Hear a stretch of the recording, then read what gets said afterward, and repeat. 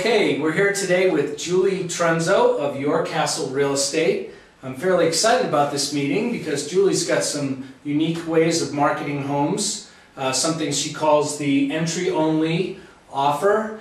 And Julie is an expert that works both in the Boulder and the Denver market, so what a treat for us today, who are straddling the line in between Boulder and Denver especially. And she's going to talk to us about her offerings, and we'll kind of go through some different subjects along the way. So welcome, Julie. Thank you. It's nice to be here. Thanks for having me. Good. So why don't you give us a little bit of your background and kind of your strategy as far as helping people out. Okay. Well, I live in the Broomfield area, and I generally work, like you said, that line both into Denver and Boulder. And I got into real estate a few years ago after we moved out to Colorado, and it's really something I enjoy. I really love working with people, and it's just so fun and exciting because, you know, it's something everybody has a vested interest in their home. It's exciting and emotional, and so it's really a field that I enjoy.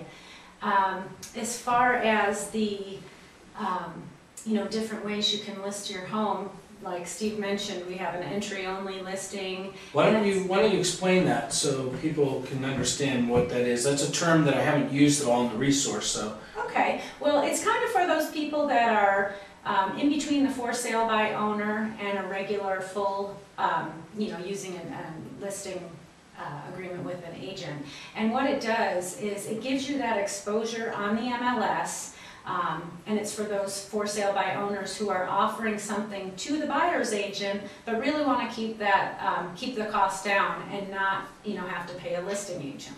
So what we do is you contact a real estate agent, see if that's something that they do. I know not everybody will do it, but it's something that's worked out well for me. And you know, you go through all the information just like you would, and you price your home. It's generally, you would get the yard sign of that real estate agent in your yard. Okay. You can put your own flyer so that people call you if they want. But what it does is it helps when those real estate agents are going by your house, it catches their attention and says, okay, this is a house, you know, my client wants to see, let's look into it. It makes it easy. It's on the MLS for them. They are aware there's a box in the MLS that gets checked that it's entry only, so they're aware. And then there are instructions to send all contracts directly to the seller. Some agents will set you up on their centralized showing service so you can work through it. Some people don't want to do that. They want to be there. You know, they don't want a lockbox, and that's, you know, that's fine. It's kind of for that in-between seller. Sure. Well, that's good because in the resource, I have recommended, of the few things I do recommend, one of them is that you pay a buyer's agent because they're bringing buyers to your home, and those are the people you want. So it sounds like having another agent sign in the yard would be advantageous over maybe the old red and white for sale by owner sign. Absolutely. And attract a few more people as kind of that would be something that I would consider in our hybrid or alternative choice for instead of going for sale by owner or hiring a professional real estate agent, kind of in between, getting a little best of both worlds. Mm-hmm. Yeah. Good. And that seems to work out well. And again, that sign in the yard just lets that buyer's agent know, yes, I'm offering some compensation to you, so, you know, check the MLS. We're here, but, you know, come take a look. That's excellent. Julie told me something else which was pretty amazing, is she works with a group of realtors, and they do a lot of work with investors. Now, the average real estate agent probably has never written 100 contracts in their entire life where they make an offer to purchase. And Julie's group actually, she writes approximately 100 contracts per month, which is a pretty amazing statistic. Do you offer any kind of service where you'd help somebody to write a contract, since I would consider you probably one of the top experts in the whole area? Oh, thank you. Well, actually, yes, I'd be happy to help people write contracts, understand the contracts. But my company is really good at that too, and they're great at offering courses. You don't have to be a Your Castle agent. You can be from another company. You can just be a client or somebody who wants a general knowledge, and they go through writing contracts and, you know, the little pitfalls and the things to watch out for. So okay, good. Yeah. Okay, also Julie mentioned to me that she's got an offer that she's willing to give for us in the Boulder and Denver area who are doing a for sale by owner. Instead of trying to figure it out on Zillow or what your neighbors sold for, what is your offer, Julie? I would be happy to do a free CMA for anybody, even if you're looking to do a for sale by owner. That is your best bet. People ask why agents are willing to do that, and for me, you know, we want your homes to sell for the highest amount of money and in the quickest and shortest amount of time, because that helps the other houses that are on the market. It looks like a hot area, and it's going to give a better comp. If you have that house priced right and it sells right away, it's a better comp for any other houses we may have listed. So. That's right. The more activity that's going on in the real estate market, the more it's helpful to appraisers and mortgage people and realtors, because it gives us a sense of where the market is. So that's a very nice offer, and I would recommend that you take Julie up on that, and maybe some other people as well. There's other people who will offer that, and get a few different comparisons.